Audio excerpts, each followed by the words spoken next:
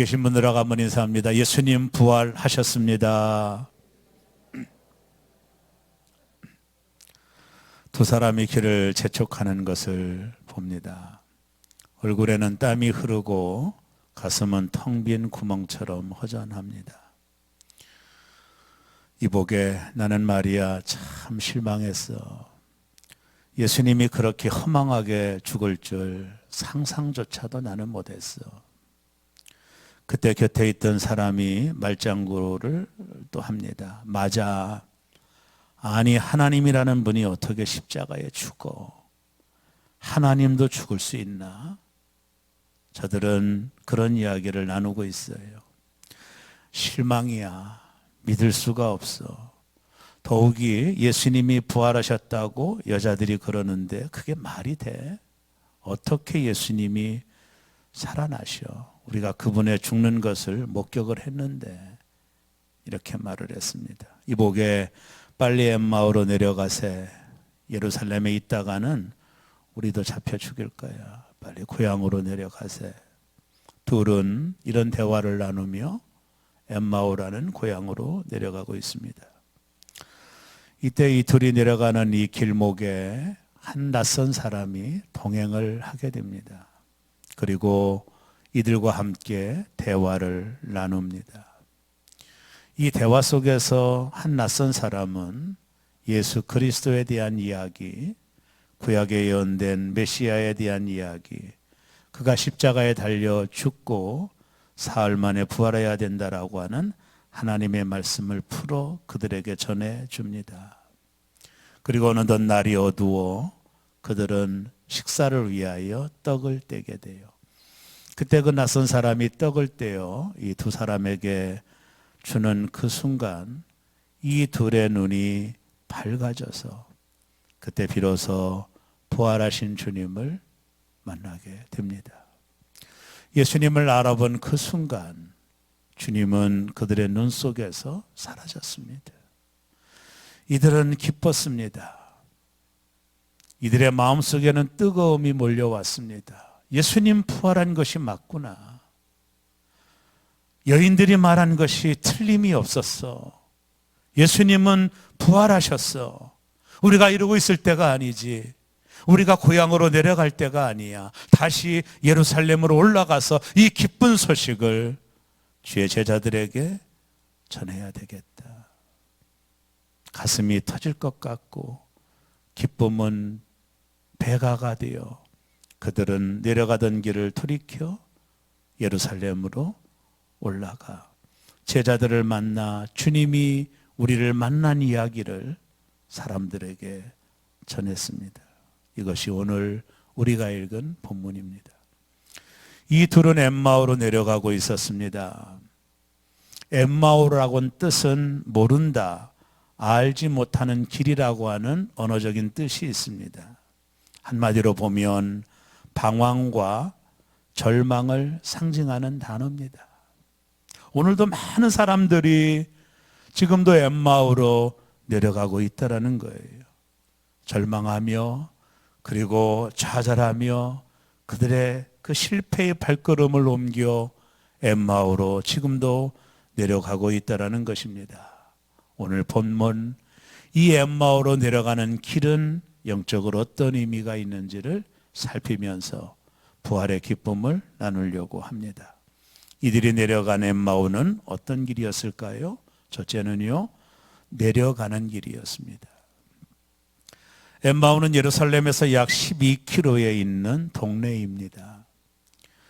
예루살렘에서 엠마오로 가는 길은 내리막길이에요. 예루살렘이 본래 해발 600에서 700이라는 높은 곳에 있기 때문에 가장 높은 곳에 있는 성이었기 때문에 어떤 마을로 가려면 모두 다 내려가는 길을 걸어가야 되는 것입니다.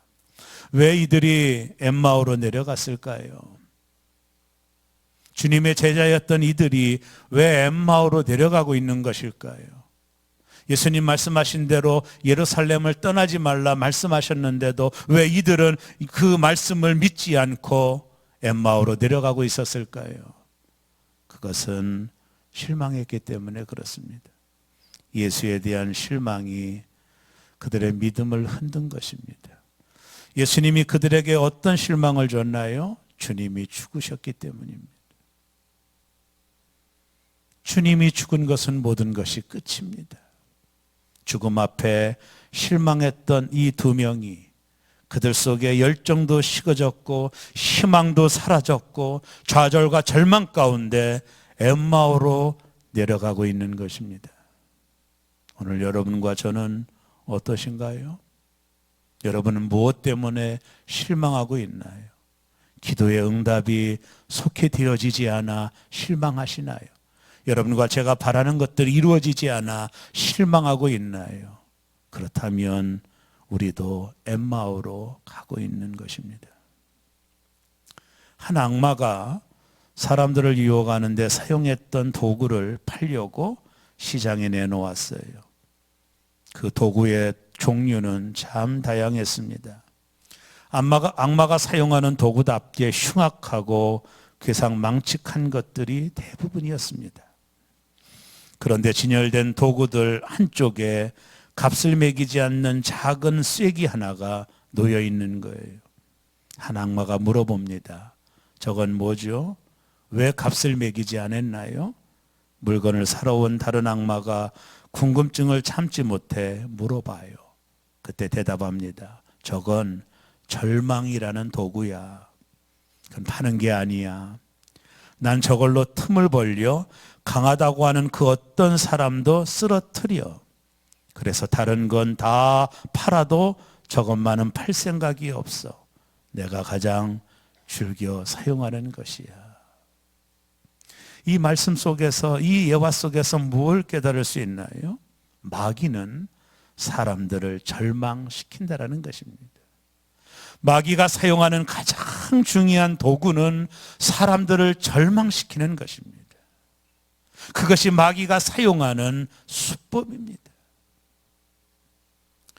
모 신문에 이런 기사가 났어요. 1년에 평균 400여 명이 한강에 투신 자살을 한다고 해요. 그 중에서 3분의 2가 익사체로 발견이 됩니다. 그래서 한 단체에서 그곳에 노트 한 권을 비치해 놓았어요. 제목은 뭐냐면 자살하려는 사람들은 꼭 읽어주세요 라는 노트예요. 이 노트에 적힌 글은 한강에 투신했다가 살아난 사람이 쓴 글을 그 노트에 적어 놓은 거예요. 내용이 이렇습니다. 차가운 물 속에서 숨이 끊어질 때까지 받는 고통의 시간은 살아서 고통을 받는 시간보다 수천 배, 수만 배 더 길다. 집으로 돌아가십시오. 죽을 용기가 있다면 살으십시오. 라는 내용입니다. 사랑하는 여러분, 혹시 여러분은 무엇 때문에 절망하고 계십니까? 엠마오로 내려가는 두 제자의 모습이 혹시 우리의 모습처럼 느껴지지 않으시나요? 키에르 케고르가 고독이나 절망은 급기야는 죽음에 이르는 병이라고까지 말을 했습니다. 희망이 있을 때만이 어려움을 극복할 수 있는 것이죠. 희망이 있을 때만이 내일을 기다리는 것이죠. 지금 코로나19로 모든 사람들이 절망 가운데 빠져 있는 듯합니다. 그러나 이럴 때일수록 희망을 놓치면 안 돼요. 심리학자 에릭 프롬이 이런 말을 우리에게 했습니다. 인간은 희망을 먹고 사는 동물이다. 오직 인간은 희망을 먹고 사는 동물이다. 그러면서 그가 이렇게 말을 해요. 당장 눈앞에 길이 없다고 해서 그것 때문에 포기하지 말라. 한 길이 막히면 다른 길을 찾아보라. 동쪽이 막히면 서쪽으로 가고, 서쪽도 막혔다면 남쪽으로 가고, 남쪽도 막혔다면 북쪽으로 가라. 동서남북이 다 막혀 있다면 하늘을 바라보라. 그리하면 하늘에서 내려오는 길이 보일 것이다. 엠마오로 내려가던 제자들이 어떻게 다시 예루살렘으로 올라가게 되었나요? 그것은 부활의 주님을 만났기 때문입니다. 사망 원세를 이기신 주님, 저들이 생각할 때 죽음이 끝이라고 했던 그 마지막 그 끝에서 살아나신 주님을 만났기에 저들은 내려가던 길에서 터나여 다시 예루살렘으로 올라가는 거예요. 이들의 인생이 터닝 포인트가 뭡니까? 이들이 다시 예루살렘으로 올라갔던 이유가 뭡니까? 부활의 주님, 생명의 주님, 죽음을 이기신 주님을 저들이 만났기 때문에 그렇습니다. 철학자 괴테가 이런 말을 했습니다. 인생은 부활하신 예수 그리스도를 만나기까지 아무리 화려한 성공일지라도 처량한 나그네에 불과하다. 기독교는 부활의 종교입니다. 기독교는 죽음의 종교가 아닙니다. 지금 여러분이 어떤 절망으로 좌절하고 있더라도 다시 한번 부활의 주님을 만남으로 올라가는 신앙 우리가 소유하시기를 주의 이름으로 축복합니다. 이사야 40장 31절에 보면 오직 여호와를 앙망하는 자는 새 힘을 얻으리니 독수리가 날개치며 올라감 같을 것이요 다른 박질하여도 곤비하지 아니하겠고 걸어가도 피곤치 아니하리로다. 지금 우리가 절망하고 있다면, 그래서 내려가는 신앙 가운데 있다면 지금 필요한 것은 우리의 눈이 열려 부활의 주님을 만나는 것입니다. 그리고 우리의 신앙을 다시 회복하는 것입니다. 예수님 부활하셨습니다.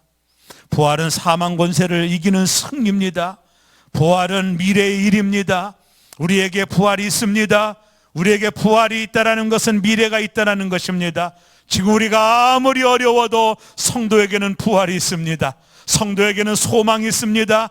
예수님이 부활하셔서 살아계시기에 세상에서 어떤 어려움이 있어도 우리는 항상 꿈을 가지고 희망을 가지고 살아갈 수가 있는 것입니다. 우리가 이 땅을 살면서 감당하기 어려운 일들이 찾아오겠지만 포기하지 않고 오뚜기처럼 벌떡 일어나서 살아갈 수 있는 능력이 어디 있느냐 하면 부활의 주님이 우리에게 계시기 때문입니다. 부활만이 우리를 일으켜 세워주는 것입니다. 절망에서 일어나게 만드는 것입니다. 주님의 부활이 우리에게 소망을 주는 것입니다. 엠마오로 내려가던 이들을 다시 한번 올라가게 만든 이유는 부활의 주님을 저들이 경험했기 때문입니다. 두 번째, 엠마오로 내려가는 두 제자가 갔던 길은 슬픔의 길이었어요. 엠마오의 길은 슬픔의 길이에요.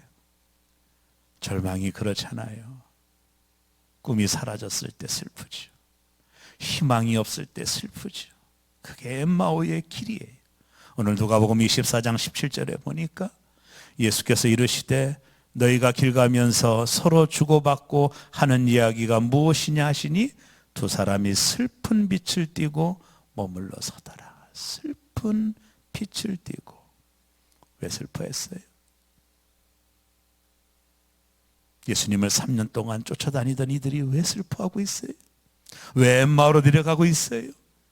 예수님이 죽으셨기 때문에. 모든 것이 끝났다고 생각했어요. 자기들의 모든 기대가 무너진 것입니다. 그래서 슬퍼하며 엠마오로 내려가고 있는 거예요. 예수님은 그들에게 희망이었어요. 예수님은 그들의 꿈이었고 그들의 전부였어요. 예수님을 따라다니면서 고생도 했지만 내일의 희망이 있기에 그들은 인내할 수 있었어요. 예수님이 예루살렘 성에 입성할 때 사람들은 호산나 하며 예수님을 환영했습니다. 이들은 이 모습을 보며 예수님의 영광이 시작됐다라고 생각했고 자신들의 꿈이 곧 이루어질 것이라고 믿었어요. 그런데 며칠이 지나고 예수님은 십자가에 죽게 되었어요.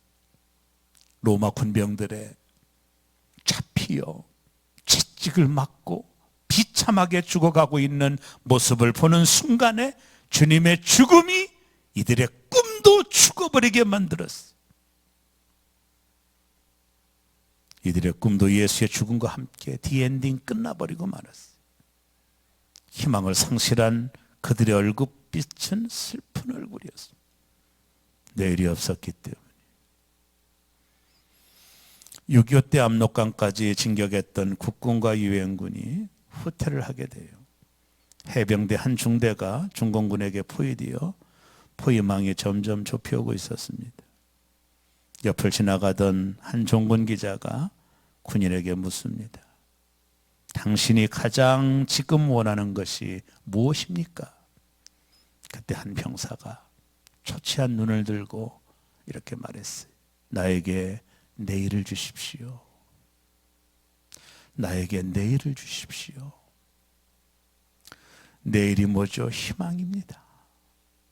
이 마지막 압록강 전투에서 이제 곧 죽을 것을 예감했던 병사가 나에게 내일을 달라고, 희망을 달라고 말하고 있는, 이 두 제자가 슬퍼한 이유는 희망이 사라졌기 때문입니다. 이 두 사람은 12명의 제자는 아니지만 예수님을 가까이 모셨던 제자임에는 틀림이 없어요. 그럼에도 예수님이 다시 살아나신 것을 믿지 못하니 절망에 빠진 거예요. 예수님의 제자라도 부활 신앙이 없으면 세상 사람들처럼 낙심하며 살아갈 수밖에 없어요. 주님의 부활을 믿지 않으면 아무리 교회를 다녀도 믿음의 삶을 살 수 없어요. 예수님 당시만 엠마오로 가는 제자가 있는 게 아니에요. 오늘날도 교회마다 이런 분들이 있을 수 있습니다. 부활의 주님을 만나지 못하면 언제나 우리는 슬픔의 길을 걸어갈 수 있는 거예요. 사랑하는 여러분, 지금 위로가 필요하신가요? 누군가를 붙들고 울고 싶은가요? 모든 일에 의욕이 없으신가요? 가슴이 답답하신가요? 지금 여러분과 저는 엠마오로 가고 있는 거예요. 어떻게 우리는 엠마오 길에서 벗어날 수 있을까요? 어떻게 이 절망의 길에서 벗어날 수 있을까요? 어떻게 죽음의 길에서 벗어날 수 있을까요? 어떻게 이 슬픔의 길에서 벗어날 수 있을까요? 그것은 부활의 주님을 우리의 영안이 열려 만나게 되는 것입니다. 옛날 부활절 예배를 마치고 내 방에 앉아 있는데 한 성도가 저를 찾아왔습니다. 손에는 맛있는 떡을 가지고 오셨어요. 성도가 저에게 묻습니다. 목사님 저 아시죠? 집사님 제가 잘 알죠. 얼마 전에 남편과 도저히 살 수 없다고 저에게 상담을 하러 오신 분이었어요. 남편에 대한 이야기를 하며 나도 참 안 됐다는 생각이 들었지만 목사가 이혼하라고 합니까? 한 번 더 참아보시라고, 한 번 더 견뎌보시라고 그랬더니 내가 한번 그렇게 해보겠다고 돌아가고, 그리고 얼마 지나지 않아 부활절이 됐을 때 이분이 내 방에 오셔서 이렇게 말했어요. 목사님, 저희 가정이 부활했습니다. 그리고 얼마나 행복하던지 저는 그 얼굴을 기억합니다. 성도의 가정이 부활했다라는 소식을 들으니 기뻤어요. 이렇게 말했습니다. 목사님 말씀대로 참았습니다. 끝까지 내가 죽었습니다. 자존심도 죽고 섭섭함도 죽었습니다. 그것이 그 성도가 한 일이었어요. 죽으니 부활한 것입니다. 이것이 하나님이 하시는 일입니다. 우리가 부활을 경험을 하면 우리도 날마다 죽어야 되는 거예요. 바울 사도가 나는 날마다 죽노라, 내가 죽을 때 하나님이 우리를 부활시키는 거예요. 마태복음 10장 39절에 보면 자기 목숨을 얻는 자는 잃을 것이요 나를 위하여 자기 목숨을 잃는 자는 얻으리라. 예수 때문에 죽으면 하나님께서 우리를 살리시는 거예요. 이게 부활신앙인 거예요. 저는 수많은 임종을 지켜보면서 한 15년 전에 한 할머니의 임종이 지금도 기억이 나요. 그 할머님이 이제 임종을 앞두고 가족들이 저에게 전화가 오셔서 제가 방문을 했습니다. 온 가족이 다 모여 있었어요. 그 큰아들은 예수를 안 믿었고 며느리도 안 믿는 가정 모시고 있었는, 다른 형제들은 예수 믿는 분들이 많았고요. 근데 그 할머니가 이제 죽어가시는 거예요. 근데요, 저는 세상에서 그렇게 편안한 모습을 처음 본 것 같아요. 마치 얼굴에 미소를 띄우는 것처럼 고요하게 제 손을 붙잡고 임종을 했어요. 왜 그랬을까요? 왜 죽음이 두렵지 않았을까요? 그분 안에 부활신앙이 있었기 때문이에요. 나를 믿는 자는 죽어도 살겠고 살아서 나를 믿는 자는 영원히 죽지 아니하리라. 이것을 내가 믿느냐. 마지막 세 번째, 엠마오로 가는 길은 예수님이 찾아오신 길이었습니다. 여러분, 이게 참 너무나도 중요한 메시지예요. 엠마오로 내려가던 두 사람에게, 즉 실망과 절망으로 슬퍼하며 가던 이들에게 주님이 찾아오신 거예요. 이게 너무나도 감동적인 장면이에요. 예수님의 부활을 의심하고 믿지 않았던 이들을 주님은 외면하지 아니하시고 찾아오신 것입니다. 엠마오까지 찾아오셨어요. 너무나도 감동적이에요. 주님 부활했지만 갈릴리 바다에서 고기나 잡겠다고 갔던 베드로에게도 찾아오셨어요. 이분은 언제나 그러셔요.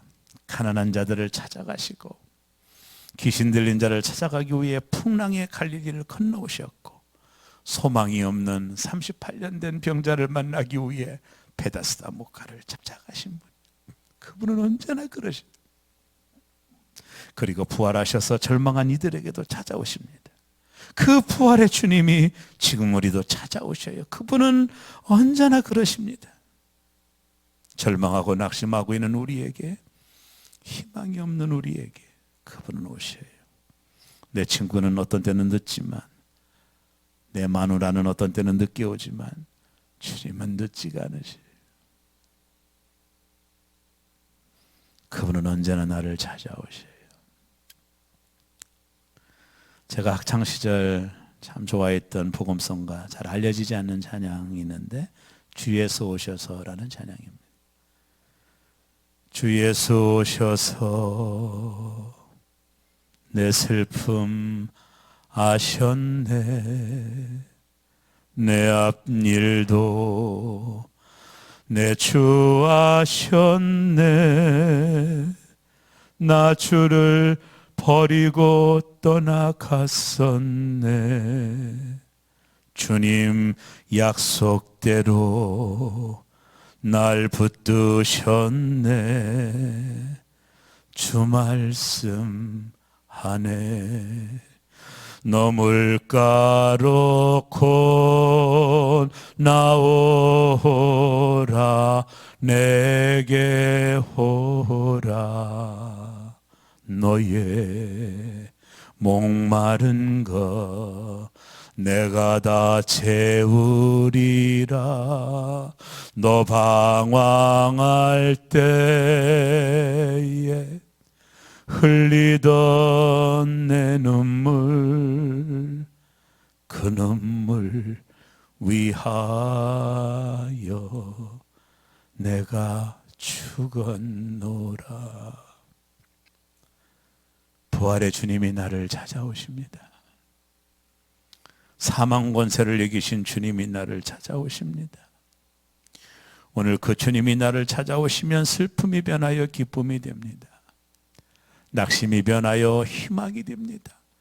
해석할 수 없는 모든 문제들이 해결이 됩니다. 절망이 변하여 기적이 됩니다. 지금 코로나19로 모든 사람이 절망 가운데 빠져 있습니다. 우리에게 주님이 오십니다. 부활의 주님이 사망 권세를 이기시고 오십니다. 기독교는 절망으로 마치는 종교가 아니에요. 기독교는 무덤으로 끝나는 종교가 아닙니다.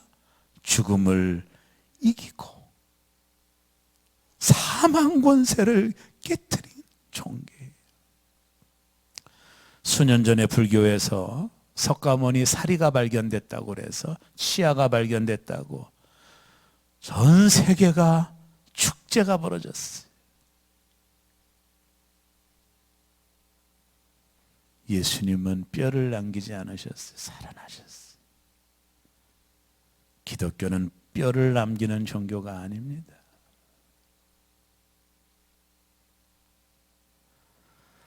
어떤 목사님이 인쇄소에다가 주보를 맡기셨어요. 근데 목사님에게 인쇄소 사장님이 전화가 온 거예요. 목사님 설교 제목이 항상 긴데 이번에는 조금 뭔가 잘못된 것 같아서 전화드렸어요. 제목이 뭐냐면 예수 오시면. 그때 목사님이 이렇게 사장님에게 말했어요. 아닙니다. 그 제목이 맞습니다. 예수 오시면 그것으로 충분합니다.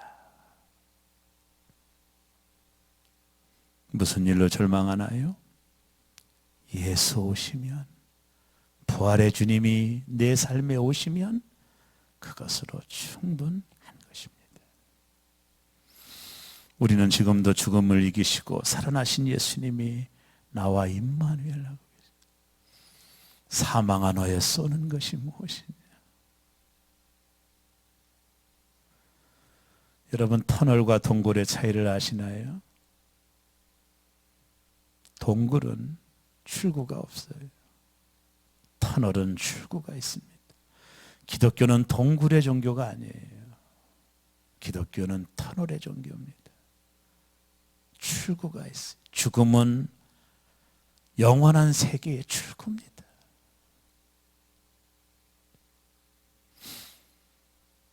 이제 엠마오로 내려가던 제자가 예수님을 만나고 어떻게 되었나요?